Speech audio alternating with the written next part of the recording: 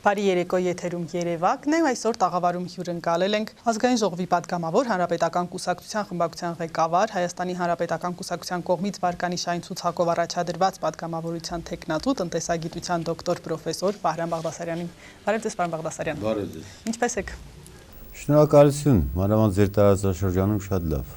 Պարոն Բաղդասարյան, այսօր արդեն նախընտրական քարոզարշավի 15-րդ օրն է։ Իսկ ձեզ ինչպես է ընթանում քարոզարշավը, ինչպես եք դուք նաև այն անցկացնում։ Արդեն 15 օր անցել է փաստորեն։ Այո։ Մինչև քարոզարշավը բավականին լարվածություն կար։ Դա հիմնականում իմ կարծիքով նրանից էր, որ նորամուծություն էր այս նոր համակարգը, նոր ընտրական օրենսգիրքը եւ բավականին բացեր կային, որը ինֆորմացիայի պակաս էր հանրության մոտ, բայց աշճանաբար քարոզարշավի ընթացքում կարծես թե աշճանաբար մոտենում ենք ավելի քաղաքակիրթ եւ քաղաքական պայքարի։ Եվ ինձ թվում է, որ գնալով մենք պետք է ավելի քաղաքականացնենք քարոզարշավը։ Ընդհանուր առմամբ Լոռվա մարզում մեր կտրվածքով խոսեմ, Լոռվա մարզում կարծես թե այս տեմպերը բավարար են այն արդյունքների համար, որը մենք ակնկալում ենք անխոցելի ընտրություններ ունենալու համար, եւ պետք է բոլոր քաղաքական ուժերը, նաեւ հանրությունը պետք է քաղաքական կամ դրսևորեն եւ զգոն լինի հանրությունը, որպեսզի մենք որևէ միջադեպեր, որևէ խախտումներ չարձանագրենք։ Հակառակ դեպքում մենք կարող ենք ունենալ բավականին բացասական երևույթներ, որը բացասական կանրադառնա եւ մեր հանրության ընդհանուր կարծիքի վրա եւ առավել եւս միջազգային դիտորդների կարծիքի վրա մենք պետք է շատ զգույշ լինենք եւ զգոն լինենք այդ հարցում։ Պարոն Բաղդասարյան, հանդիպումներ ունեցել եք արդեն բնակիչների հետ, որ քաղաքներում եք եղել։ 150-ից ավելի հանդիպումներ, շուրջ 50-ից ավելի գյուղերում արդեն հանդիպումներ ունեցել եմ, բայց նպատակ եմ դրել, որ բոլոր գյուղերում հասցնեմ, եթե ժամանակը բավարարի, նաեւ քաղաքներում կոլեկտիվների հետ, տարբեր բնակավարների ներկայացուցիչների հետ բակային հանդիպումները բազմազան են եւ ինձ թվում է, որ բավականին արդյունավետ, որովհետեւ քարոզարշավը իմ պատկերացմամբ ավելի շատ կարեւորվում է, երբ որ շփումները ավելի շատ են լինում հանրության հետ, ժողովրդի հետ։ Բնականաբար մենք քաղաքական դաշտում անհայտ մարդիկ չենք, բայց ամենայն դեպս այլ բան է, որ հեռուստատեսությամբ են մարդուն տեսնում եւ շատ կարճաժամկետ նրա ելույթները լրիվ այլ ձևով, երբ որ շփվում ես անմիջապես եւ բնակչությունը հնարավորություն է ունենում բացահայտել իր դիմաց կանգնած ռետորին եւ կարծիք է կազմում, որովհետեւ այս պարլամենտը իմ կարծիքով պետք է այնպեսին լինի, այս ազգային ժողովային ձևավորված քաղաքական ազգային ժողով պետք է լինի, որ մենք որևէ թերություններ, որևէ բաստողումներ չունենանք եւ առավելագույնս լինի քաղաքականից։ Դրա համար հարկավոր է հանրությանը ճիշտ կողմնորոշել եւ հանրությունը պետք է շփումները շատ ունենա պատգամավորության բոլոր տեխնացուների հետ, որպեսզի հնարավորություն ունենա ճիշտ ընտրություն կատարելու։ Ալավերդու տարածաշրջանում հանդիպումներ ունեցել եք։ Այսօր Ալավերդու տարածաշրջանում դու Թումանյանի տարածաշրջանը կարծես թե ավարտել եմ ճնշող մեծամասնությամբ արդեն գյուղերում հանդիպում ունեցել եմ, այսօր եւս ունեցել եմ 6 հանդիպում, վաղը նորից կշարունակեմ 6-7 հանդիպում վաղը կունենամ, բայց ինձ թվում է, որ դրանով չեմ բավարարվի, որովհետեւ այն մնացած գյուղերը դեռ 6-7 գյուղ նաեւ մնում է, որպեսզի ես հանդիպեմ, ինձ թվում է ես պետք է հասցնեմ այդ բոլոր հանդիպումները իրականացնեմ, ընդ որում ասեմ, որ հանդիպումների ընթացքում եւ տեխնացուն էինք հայտնաբերում բնակիչներին ավելի շատ եւ նրանց խնդիրներն ու խնդիրները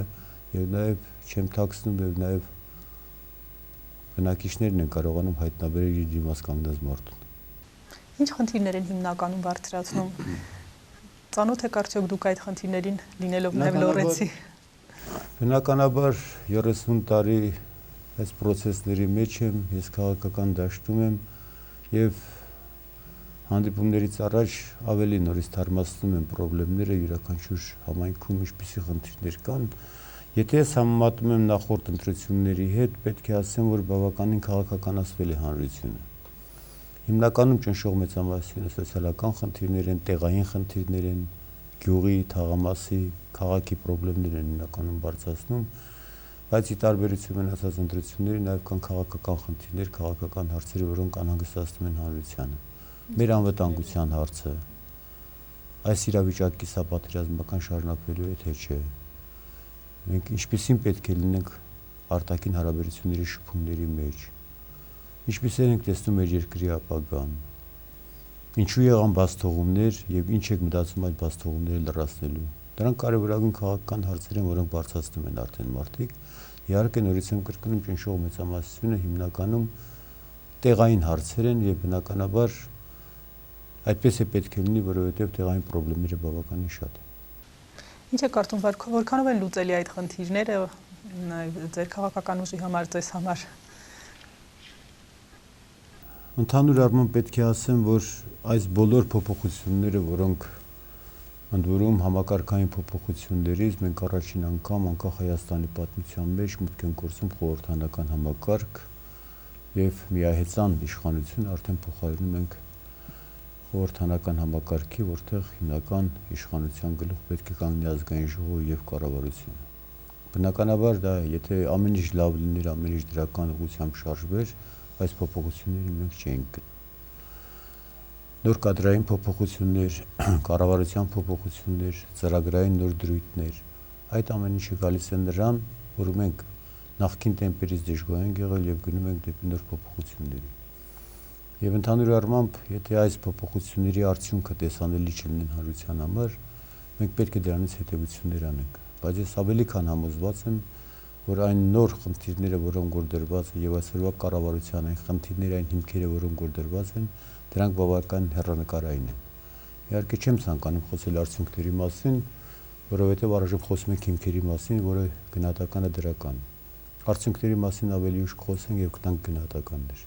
Շատ լավ։ Պարոն Բաղդասարյան, երեք հանրապետության վարչապետը Լոռու մարզում խոսեց ներդրումների մասին, որոնք սպասվում են առաջիկայում։ Կմանրամասնեք ինչ ներդրումների մասին է խոսքը եւ ինչ կարող է ակնկալել Ալավերդին, Թումանյանցին։ Ընդհանուր առմամբ կառավարությունը շատ ճիշտ քայլ է կատարել, մոտավորապես 52 միլիարդից ավելի ներդրումներ նախատեսվում է Լոռու մարզում, բայց դրանք ինքնանպատակ չպետք է լինեն։ Դրան նախորդող դեպքեր կան, որտեղ կառավարությունը իր իսկ ստանձնած օրվանից հանձնարարական է իջեցրել բոլոր գերատեսչություններին, նախարարներին, մարզպետներին եւ մնացած բոլոր գերատեսչություններին,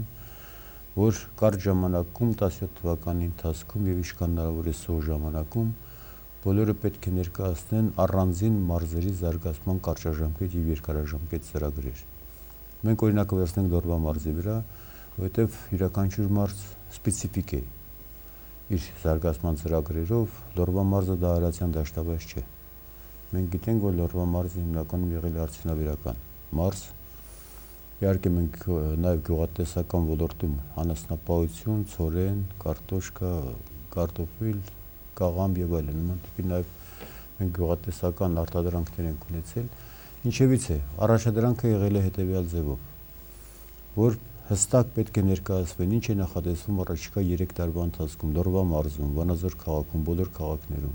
5 տարվա ընթացքում, 10 տարվա եւ երկարաժամկետ։ Արդյունաբերության ոլորտի հետ կապված, հանքարդյունաբերություն, քիմիական արդյունաբերություն, տեքստիլ արդյունաբերություն, նոր տեխնոլոգիաներ, գյուղատնտեսություն։ Դպրոցական երեխան դպրոցն ավարտելուց հետո նա պետք է հստակ կողմնորոշում ունենա նրա ծնողները։ Ինչ է սպասվում Լոռու մարզում 3 տարի հետո։ Ինչպիսի ծրագրեր կան, ինչ աշխատատեղեր պետք է լինեն, որպեսզի նա իր կողմնորոշում ունենա, որ իր ճանապարհը չհարթի դեպի Երևան, դեպի Ռուսաստան կամ դեպի Եվրոպա։ Այսինքն նա հույս կապի իր հողուջրի հետ, իր գյուղի հետ։ Դրա հետ միասին կրթության նախարարության հստակ հանձնարարական կամ պետք է իջեցվի կամ արդեն իջեցվել է, որ նաև այդ գեղեցիկ մասնագիտությունները տարբեր բուհերում, որ ընտրում են մենեջմենտ, մարքեթինգ եւ այլն, այլևս չպետք է այդպես լինի։ Ըստ այդ ծրագրերի պետք է լինի նաև մասնագիտություններ, որպեսզի մարդկանց կարողանան կապենք գյուղի հետ, որպեսզի մարդկանց կարողանան կապել իր հողուջրի, մարզի հետ։ Եթե մենք այսպեսով կարող ենք դատարկել ամբողջ մարզերը եւ կենտրոնանալ միայն Երևանի վրա, ինչպես կատարվել է միջայում։ Իսկ Երևանը առանց գյուղերի չի կարող գոյատևել, Երևան քաղաքը։ Եվ այս խնդիրը շատ վաղուց ենք բարձրացնում։ Եվ այդ պարագայի դեպքում արդեն իսկ մենք կարող ենք կողմնորոշում ունենալ, թե ինչպիսի ծրագրեր եւ ինչպիսի հեռանկարներ կարող են կապել մարզի հետ։ Եվ նաեւ պետք է նշեմ, որ Դա միայն ծրագրերը չեն, որ պետք է լինեն, եւ նաեւ կա շատ կարեւորագույն մի խնդիր, որ ինքնուրույնությունն է բավականին մեծացվում գերատեսչությունների ղեկավարների։ Նախկինում մի վատ սովորույթ կար, որ որևէ ձախողման դեպքում անմիջապես տվյալ նախարարը կամ գերատեսչության ղեկավարը անմիջապես ասում էր, դե վերևից է հրահանգը։ Այսինքն իրենց պատասխանատու չէին զգում, պատասխանատվության այդ ինստիտուտը չկար մեզ մոտ։ Եվ հիմա արդեն իսկ նրանց ինքնուրույնությունը, բոլոր գերատեսչությունների ղեկավարների ինքնուրույնությունը կադրային քաղաքականությունից մինչև ծրագրային քաղաքականություն պետք է մեծացվի, որ նա պետք է գլխով պատասխան տա յուրաքանչյուր ձախողման համար։ Եվ ոչ միայն աշխատանքից ազատվելով միայն պետք է դա ավարտվի այդ ամեն ինչը, ընդհանուր լուրջ ձախողումների համար մինչև քրեական պատասխանատվություն։ Եթե այդ պատասխանատվության ինստիտուտը լինի, այսինքն պատժամիջոցները լինեն, այսքան մեր հանրության մեջ շատ նախարարներ, վարչապետներ չեն ծնվի, որ ում հարցնում ես ասում են ինչի չեմ կարող աշխատել։ Այսինքն այդ չափորոշիչները պետք է այնքան խիստ լինեն, որ մարդիկ նույնիսկ վախենան, որ իրենք ասեն մենք կարող ենք նախարար աշխատել։ Եթե լինի պատասխանատվության ինստիտուտը, նրանք դրան չեն գնալու։ Եվ ինձ թվում է, որ այդ ներդրումային ծրագրերը, որոնք որ մենք ասում ենք պետք է այսքան ներդրում կատարվի, դրանք նպատակային պետք է կատարվեն ըստ այդ ծրագրերի։ Ըստ ոլորտների կարող ենք ասել, որ ոլորտներն են։ Դեռ բաժանումները չկա, մինչև չլինի այդ ծրագրերը, օրինակ գյուղական շրջաններում մի քանի օրինակներ պարզապես կարող են բերել։ Ենթադրենք մենք ունենք, ոչ թե ենթադրենք արդեն ունենք խոշորացման ծրագրեր, պիլոտային ծրագրեր, որոնք համայնքները միավորվել են։ Այդ մոտ կորիձոր, որ մենք այդպես ենք ասում, մենակ Թումանյանի տարածաշրջան, Թումանյան քաղաք։ 6-7 համայնքներ միավորվել են իրար։ Այնտեղ խնդիրը դրվում է հետևյալ ձևով։ Նախ առաջի հերթին, ինչ խնդիրներ կան։ Ճանապարհների կոմունիկացիայի խնդիրներ կան։ Մենք այդ խնդիրները պետք է կարգավորենք։ Եվ կարծես թե արդեն իսկ ծրագրով շուրջ 18 կիլոմետր պետք է կարգավորվի։ Ինչ պահանջներ կան գյուղում։ Օրինակ բոլոր գյուղերում բարձրացնում է, որ մենք արտադրանք ունենում ենք, կաթ ունենում ենք, բայց մթերման տեղ չունենք, վերամշակման արտադրամասեր չունենք։ Եվ այնտեղ խնդիրը դրված է։ Ենթադրենք համայնք պետություն հեռանկարային այդ ծրագրերը որտեղ կան, կարելի է դրանց միջոցով, ոչ թե կարելի է, արդեն դա ծրագրավորված է, որ պետք է այնտեղ ընդունման եւ վերամշակման մի արտադրամաս տեղավորվի։ Մյուս տեղում հիմնականում ուրանասնաբուծությունն է աճում, այնտեղ ինչ խնդիրներ կան, մարդիկ մտածում են, որ իրենք անասունը պահում են, մթերման տեղ չունեն եւ տանում են պետք է իրենք ամբողջ տարին չարչարվում են, պետք է տանը շուկայում կանգնեն, ինչ որ մեկին տան, ինքը ընդամենը 10-15% եկամուտ ստանա, իսկ այդ վերցնող վաճառողը 40-50% եկամուտ է ստանում։ Այսինքն սպանդանոցների խնդիրը։ Մեկ այլ տեղում նախկինում մենք ունեցել ենք կարի արտադրամասեր, ունեցել ենք բավականին մեծ հսկայական ծավալով մենք ունեցել ենք թեթև արդյունաբերություն։ Եվ այդտեղ ինձ թվում է, որ նաև պետք է ըստ պահանջի մենք մտածենք, թե որտեղ կարելի է այդ կարելի արտադրամասերը ըստ պահանջարկի, որտեղ կարելի է հիմնել, որ գոնե այդ 5-6 գյուղերը կարողանան մի արտադրություն ունենան, որպեսզի իրենց զբաղվածությունը կարողանան ապահովել։ Եվ եթե մենք այդ ներդրումները հիմա ասենք, մենք պետք է այստեղ մանկապարտեզներ կառուցենք, դպրոցներ կառուցենք, նախ պետք է ուսումնասիրենք առաջարկը եւ պահանջարկը։ Ինչպիսի առաջարկ, ինչպիսի պահանջարկ կա, դրա հիման վրա մենք պետք է անենք առաջարկությունները։ Այդ ծրագրերի հիման վրա այդ բաշխումները պետք է լինեն։ Եթե ընտրություններից առաջ ինքնանպատակ, որպեսզի մենք կարողանանք սիրաշահել մեր ձայն տվողներին եւ բերենք ինքնանպատակ, ասենք մանկապարտեզներ, դպրոցներ, ինչ-որ մշակույթի կենտրոններ եւ այլն մենք պատրաստենք, ինձ թվում է, որ դա այդ նպատակին չի կարող ծառայել եւ պետք է ամեն ինչը դա պլանավորված լինի։ Իհարկե պլանավորումը դա սովետական համակարգիների յուրահատուկ, բայց պետք է նախնական մի հետազոտության ենթարկվի, թե որտեղ ինչ է անհրաժեշտ, որպեսզի ավելի արդյունավետ լինի այդ ներդրումները։ Օրինակ, ես այսօր Ճոշկան գյուղում էի,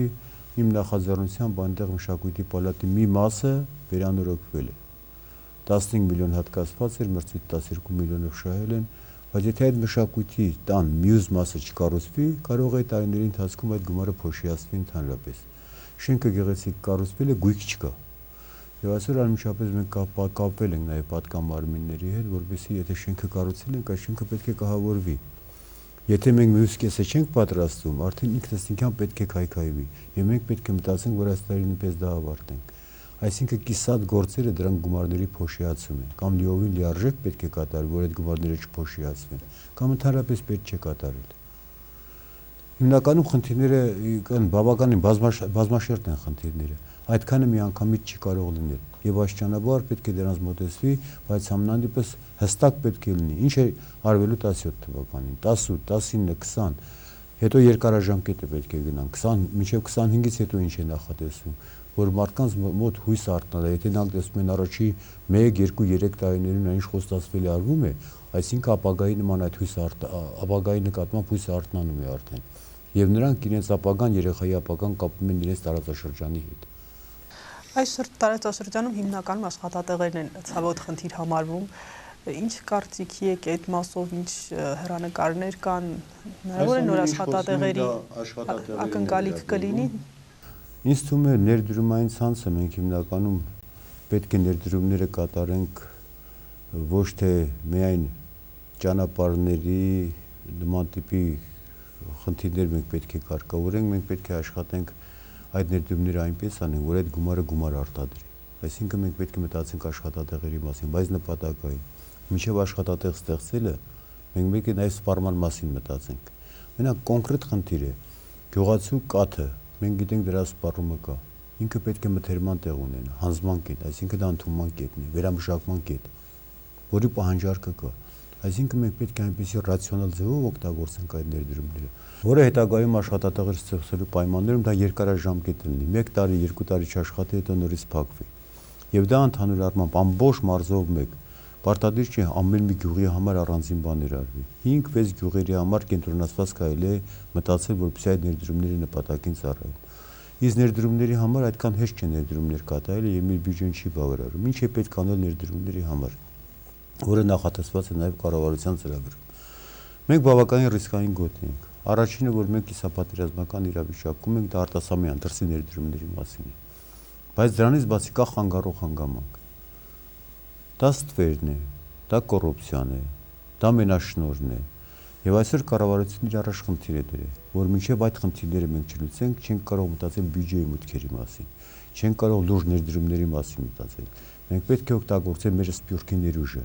Եվ բացի սփյուռքից, մեր օտարերկրյա մենք ունենք բավականին գործընկերներ, որ եթե նրանք վստահություն ունենան մեր երկրի նկատմամբ, որ իրենց դրված գումարը որպես բիզնես այդպեսին կաշխատի, եւ եթե նվիրատվություն անողներն էլ իմանան, որ դա իր նպատակին կծառայի, ես համոզված եմ, որ մենք դրանք կարող ենք ավելացնել։ Եվ դրա համար նախատեսվում է կոնկրետ Լորվա մարզում։ Ես օրինակ կներեք, որ Լորվա մարզի վրա եմ վերում, որովհետեւ ես նաեւ կարող եմ ամբողջ հանրապետության մարզերի հետ կապված խոսել։ Լորվա մարզի հետ կապված մենք պետք է կազմակերպենք ֆորումներ, արդեն դա ծրագրավորված է։ 3 ամիսը 1, 6 ամիսը 1 հրավիրենք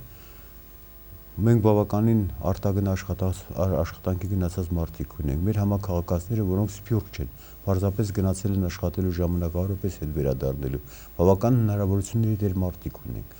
Մեր սփյուռքահարերը մեծ ցանկությունն են իրենց երկրում իրենց հողուջրում ներդրումներ կատարելու։ Դրա համար մենք պետք է ֆորումներ կազմակերպենք, կոնֆերանսներ կազմակերպենք, համաժողովներ կազմակերպենք, մեր խնդիրները ներկայացնենք, իմանանք իրենց նախասիրությունները, ինչ ոլորտներում նրանք ցանկություն կունենան ներդրումներ կատարելու։ Եվ այդտեղ լուրջ աշխատանք ունի նաև մեր դիվանագիտական կորպուսը, արտասահմանում գտնվող դիվանագիտական կորպուսը, որ կարողանա նաև ներդրողներ ներգրավել մեր երկիր։ Եվս մարզերի մենք պետք է միասնական, մենք սփյուռքը դիվանագիտական կորպուսը միասնական պետք է աշխատանք տանենք։ Եվ ես համոզված եմ, որ աշխատանք մենք արդյունքի կհասնենք, բայց ամենակարևորը, որ այդ ռիսկային գոտի բառը մենք մեր վրայից պետք է վերացնենք։ Իսկ դրա հիմքում հիմնականում ընկած է մեր երկրի անվտանգության եւ խաղաղության խնդիրը, որին մենք պետք է կարողանանք հասնել։ Պարոն Բաղդասարյան, այս օրերին տարբեր քաղաքական ուժերի կողմից տարբեր խոստումներ են հնչում, օրինակ հարկուտուրքերի նվազեցում, աշխատավարձերի բարձրացում։ Ինչ է կարծում, որքանով են դրանք իրատեսական։ Նատալի, այ արդեն իսկ նրանց բարձրացած հարցերում կա հստակ հակասություն։ Մի կողմից հարկուտուրքերն են էժանացնում, քիչացնում, այսինքն ուզում են հաճոյախոսել, ականջահաճո նախադասություններ ասել։ Մյուս կողմից աշխատավարձերն են բարձրացնում։ Տնտեսագիտական տեսանկյունից դրանք մեկը մյուսին հակասում են։ Հիմնականում բայց շատ այդպիսի բաների մասին խոսացողները ժամանակին եղել են իշխանությունում, բայց ինչի չէին անում այդ ամեն ինչը։ Այսինքն եթե նրանք տնտեսագիտական մոտեցում ցուցաբերեն, ինչպես որ այսօրվա կառավարությունն է անում, հաշվարկներ է կատարում, ինչու՞ չի 17 թվականի բյուջեն այսօր նախընտրական։ Ինչի՞ չի ավելացրել 17 թվականի բյուջեում աշխատավարձները, թոշակները, նախընտրական տարի է, չէ՞։ Կարողանային, չէ՞, հաջողանալ, ավելացնել, ձայներ վաստակել։ Եվ հիմնավորում է կառավարությունը, ասում է մենք դրանք ռեսուրսները եւ հիմքերը չենք տեսնում մուտքերի ավելացման։ Դրա համար 17 թվականի բյուջեն մենք դերենք կայունացման բյուջե։ Այդ հիմքերը պետք է ստեղծենք 18 թվականին, պետք է ունենանք դինամիկ աճ։ 19-20 թվականին հնարավոր է թռիչքային աճ։ Այդ ամեն ինչը պետք է ներդաշնակ լինի։ Ընտրության ժամանակ խոստումներ տալը, դրա տակից նաև պետք է դուրս գան։ Ինչ է նշանակում հարկերը մենք իջացնենք, այդ թող զերոացնեն, ավելի շատ ձայներ կվաստակեն, ասեն որ ժողովուրդը պետք է հարկ չտա ընդհանրապես։ Բայց այդ թոշակները, աշխատավարձները դա հարկատուների միջոցով է դրանք հավաքվում։ Այլ խնդիր է, որ եթե կարողանանք ասենք հարկերից խուսափողներին բերել հարկային դաշտ, այ որը մեր ծրագրում գրված է, որ ստվերը պետք է կրճատվի։ Եթե աշխարհի բոլոր երկրների, սովետական միության նախկին երկրների հետ համեմատում ենք, մեր հարկային դաշտը այդքան խիստ դաշտ չէ։ Բանկային խնդիրների հետ կապված ես կարող եմ անդրադառնալ նաև դրան։ Շուտ 2%-անոց 3%-անոց վարկեր են խոստանում։ Այդպես չի լինում։ Այսօր առևտրային բանկերը դա բիզնես է, ազատ շուկայական հարաբերություններ են։ Այլ խնդիր է, որ մենք մտածենք կենտրոնական բանկին օրենսդրորեն կան այնպիսի արտոնություններ, որը կարողանա վերահսկողություն սահմանել առևտրային բանկերի վրա։ Եվ մենք սահմաններ դնենք, որ ասենք գյուղատնտեսական վարկերը կարող են լինել 5-ից 7%։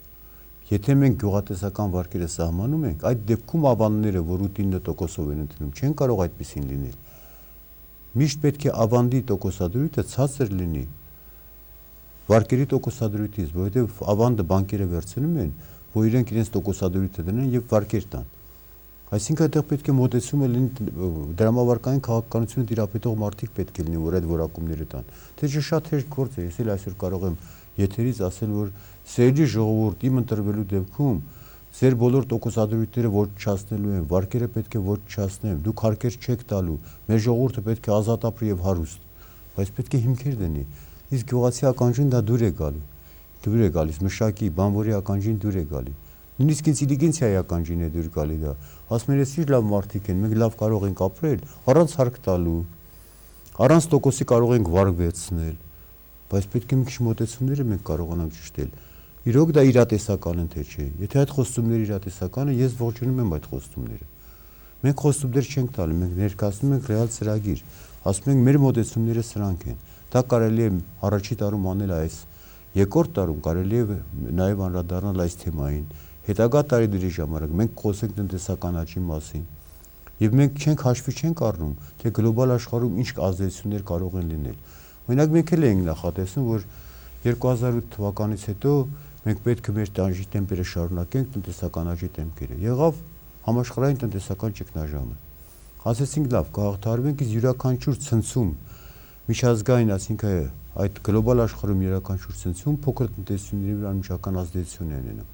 Դրանից հետո եկան Ղրիմյան դեպքերը, Ռուսաստանի նկատմամբ սանկցիաներ, իսկ մեր հիմնական արտահանումը, մեր հիմնական տնտեսական գործընկերը դա Ռուսաստանն է։ Հաջորդեցին Ուկրաինայի դեպքերը, Սիրիայի դեպքերը, դրանք բոլորը անմիջական ազդեցություն են ունենում։ Եվ այսօր համենայն դեպս մենք նման ցնցումներ չենք ունեցել։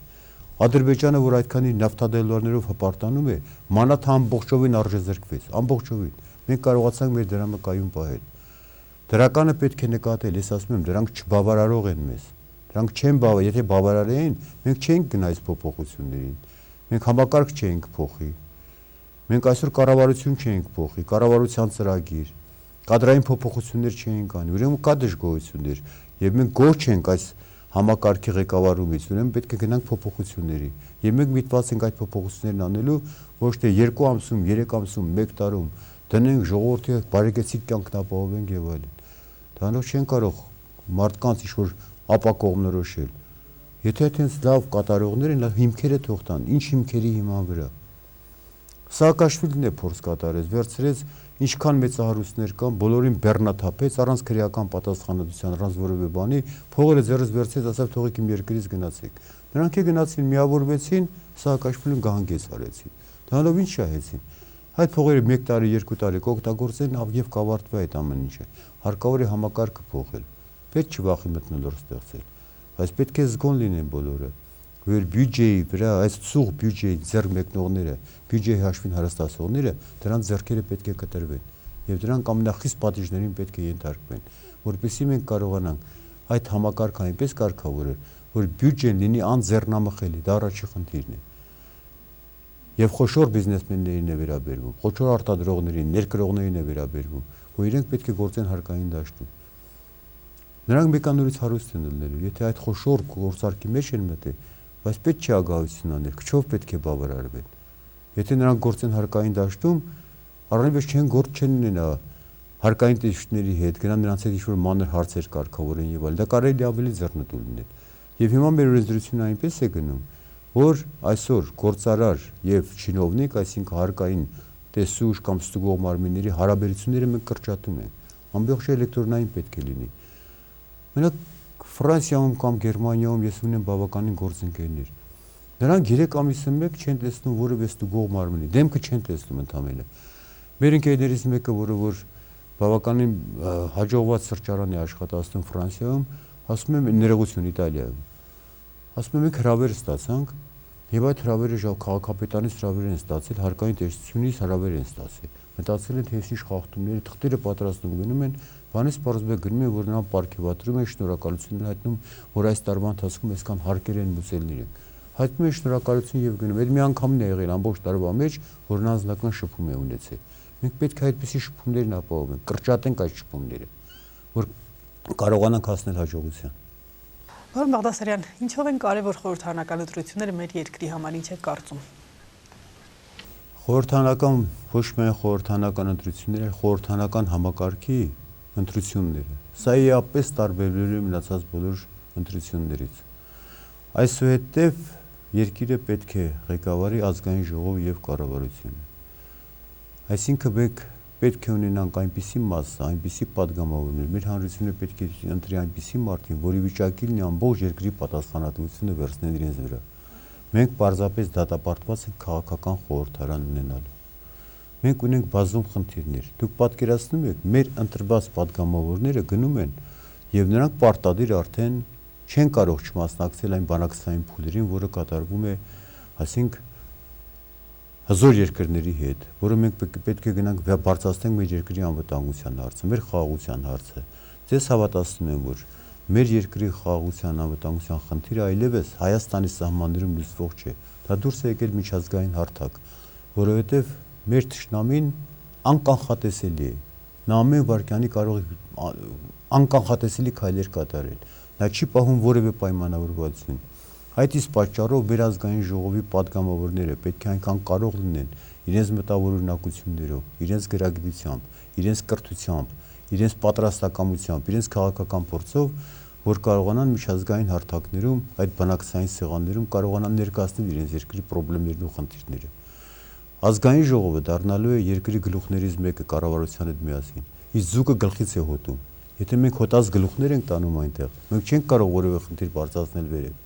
Եվ մենք պարզապես դատապարտված ենք, որպեսզի ունենանք քաղաքական ազգային ժողով։ Եվ հանրությունը պետք է գիտակցի դա,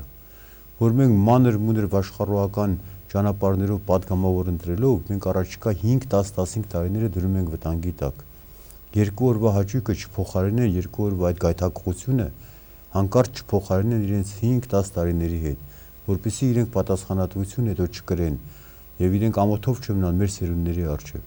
Պարզապես այս падգամավորական պարլամենտը, որը որ մենք պետք է ազգային ժողովը ձևավորենք, պետք է լինի քաղաքական, որ մենք միջազգային հանրության դիմաց կարողանանք նստել որպես ժողովրդավարական երկիր։ Եվ առաջինը պետք է հասկացնենք մաքուր ընտրություններ, որ դա պարտադրված ենք մենք, որ մեզ հետ հաշվի նստեն, իսկ ժողովրդավարության հայելին դա ընտրություններն են։ Եվ այսօր ես իմ հանդիպումների ժամանակ ասել եմ նաև այն ֆոնի վրա, որ բռնապետ Ալիևը, որը բարբաչում է ժողովրդավարություն իր երկրի համար իբր ժողովրդավարական երկիր է, իր կնոջը նշանակում է երկրի փողնախագահ, այսինքն ամբողջ հանրությանն ասում է, ես չնեմ, իմ կինն է լինելու։ Դուք պատկերացնում եք, եթե մենք լավ ընտրություն ենք անցկացնում, ինչպիսի առավելություն ենք ունենում մենք նրանց նկատմամբ եւ դիտում ենք միջազգային հարթակներում բանակցությունների։ Արդյունքը մենք ժողովրդավարական քայլ կատարած որպես պետություն նստում ենք մի բռնապետի հետ եւ ամբողջ միջազգային հանրությունը տեսնում է դա։ Եվ այդ միջազգային հանրությունը մեզ հետ լուրջ է արդեն վերաբերվում, որովհետեւ Մինսկի խումբը եւ մնացած հզոր պետություններն ու երկրներն են, որ պետք է ստիպեն բռնապետին, որ նա ճանաչեր Լեռնային Ղարաբաղի անկախությունը, ինքնորոշման իրավունքը եւ Հավերժական այդ խաղաղությունը պետք է կնքվի։ Մենք միլիարդավոր դոլարներ ենք ընտրում սպառազինության վրա։ Դուք պատկերացնում եք, եթե մենք այդ խնդիրը չունենանք, ինչքան մեծ հնարավորություն կունենանք կրթության, առողջապահության, սոցիալական ոլորտներին ինչ գումարներ կարող ենք ներդնել։ Հիմնականում այս կարևորությունը սրանում է կանում։ Եվ սա էապես պետք է տարբերվի մյուս խորհրդարաններից։ Գաղտնիք չէ, ես չեմ թաքցնում, ես արդեն 5-րդ անգամն է, որ փորձում եմ դառնալ падգամավոր։ Ես գիտեմ ինչ խոսակցություններ է գնում, բոլոր հեռուստատեսության այդ հումորային բոլոր նյութերը վերաբերում են ազգային ժողովին։ Ձեր ընտանիքներում ես գիտեմ, նայում եք եւ դուք էլ եք ամաչում, ես էլ եմ ամաչում, շուտ կիսագրագետ մարդիկ, կոճակ սխմող, լրագրողին տեսնում են, չգիտեմ որտեղ պահվեն, ախրանները պահում են, որ լրագրողը չմոտենա։ Այդ կարգավիճակով մենք չենք կարող որպես երկիր այդպեսին, այդ պարլամենտով նման տիպի որակով մենք չենք կարող ամբողջ հանրությանը մենք ներկայանալ։ Եվ պետք է վերջ դնենք նա խորհրդարանական համակարգի առավելությունը ես դառնում եք անում, որ այդ բոլոր падգամավորները մեկ առ մեկ յուրաքանչյուրը պետք է պատասխանատվություն կրի նաև ամեն մի զոհված զինվորի ընտանիքի առջև։ Նրանք իրենց այրամ սահմանն են պաշտպանում, դրանցից յուրաքանչյուրը պարտավոր է այս երկրի անվտանգությունն ու խաղաղությունը պաշտպանել։ Իսկ նրանց ինտելեկտուալ կարողությունները, գաղափարական մտավոր ունակությունները պետք է բավարարեն, որ գնան պաշտպանեն։ Եվ հանրությունը պետք է զգոն լինի։ Ինքը ստեղծի այդ պարլամենտը, որպեսզի կարողանա պահանջել, եթե չստեղծեց, չի կարողանա պահանջել։ Եվ ձեր կոչը ընտրողներին։ Այս կոչի տակ մի փոքր կարելի է մի փոքր ընդարձակել։ Ես խնդրում եմ պարզապես առաջին անգամ եմ ձեր հեռուստաընկերությունում ոտքս բարի լինի, ինձ թվում է բարի կլինի, բայց ընտրողներին եւ բոլորին տարածաշրջանը եւ գիտեմ սոցցանցերով է կարող է տարածվել, ցանկանում եմ հորդորել, որ իրենք կատարեն նախ իրենց խճի մտոք այս ընտրությունները կատարեն այդպես եւ ընդհանրապես բոլոր ընտրությունները մենք այդ ենք մաղթում, բայց եւ նաեւ ուզում եմ ասել, որ իրենք ազատ են իրենց ընտրության մեջ։ Ես 3 տարի ու կես աշխատել եմ այս ընտրական օրենսգրքի վրա, կանոնակարգ օրենքի վրա։ Որևէ բաց չի մնացել։ Ընդդիմադիր գործընկերների հետ, միջազգային կառույցների հետ, մանրակրկիտ նայվել այն բոլոր նեգատիվ երևույթները, որոնք եղել են նախկին։ Այստեղ բոլոր հնարավոր այդ խախտումներ, կարուսելներ, լցոնումներ, դրանք բոլորը արգելափակված են։ Եվ ես խնդրում եմ հանրությանը, որ իրենք իմանան, իրենց որևէ մեկը չի կարող վերահսկել։ Դա դուրս է ամեն ինչից, վերահսկողություն չկա, իրենք մնում են ինքնուրույն, իրենց քվեախցիկում, իրենց քվեաթերթիկների հետ միասին։ Ինչ որ խոսքեր են գնում, անձնագրի տվյալներ են վերցնում, նկարող գրիչներ են տնում ինչ-որ նոր տեխնոլոգիաներով։ Այդ ամեն ինչը լավ են անում, թող այդ նվերները վերցնեն։ Նրանք պետք է մտնեն ընտրատարածք, նրանց տրվելու է 9 քվեաթերթիկ։ Դրանք քաղաքական ուժերի քվեաթերթիկներն են, 9 քաղաքական ուժերի։ Մտնելու են քվեախցիկ։ Քվեախցիկում նրանց որևէ մեկը չկա, եթե այդ գրիչն է կա, որ իրանց հետևում են ինչ-որ բանով, շատ լավ են անում։ Այն մյուս գրիչով ընտրում է իր ուզած մարդուն, ցանկացած մարդուն։ Ինքը դնում է ծրարի մեջ, այն մնացած 8 քվեաթերթիկները նա պետք է նետի աղբար կղա, որտեղ լիքը քվեաթերթիկներ են։ Ցանկացած այդ մարդը ով իրան նվեր է տվել, լավ է արել, շնորհակալություն հայտնել է, վերցնում է այնտեղից քվեաթերթիկ այդ մարդու համար։ Նրա տված գրիչով մի հատ լավ նշան է դնում իրեն հենց։ Ոչ միայն նշանն է դնում, մի հատ է նկարում է, մի հատ է սելֆի է անում, հետո հանում է դուրս, տանում է նվիրում իրեն։ Չկա վերահսկողություն։ Եթե ասում են քեզ մենք պատրաստի քվեաթերթիկ կտանք, տարես քվեաթերթիկը եւ մաքուրը կբերես։ Ինքը ասում է՝ «Բա իհարկե կբերեմ»։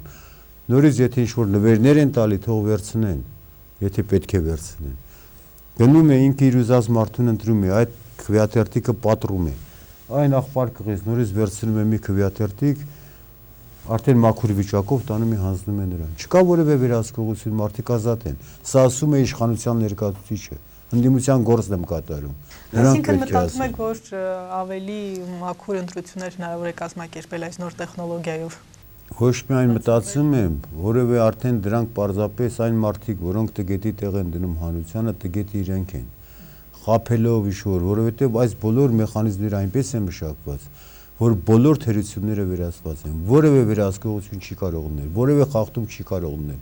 առավել ևս որ պատժամիջոցներն են խստացվել։ Նախկին տուգանքների փոխարեն այժմ մինչև 2 տարի ազատազրկում են խախտում կատարողներին։ Որևէ հանձնաժողովի անդամ, որևէ ստավված անձ իմ կարծիքով կամիկաձե չէ, որ գնա ինչ-որ Բաղդասարյան Բահրամի կամ ինչ-որ մի տեխնացուի համար հանուն չգիտեմ ինչի գնա խախտում կատարի։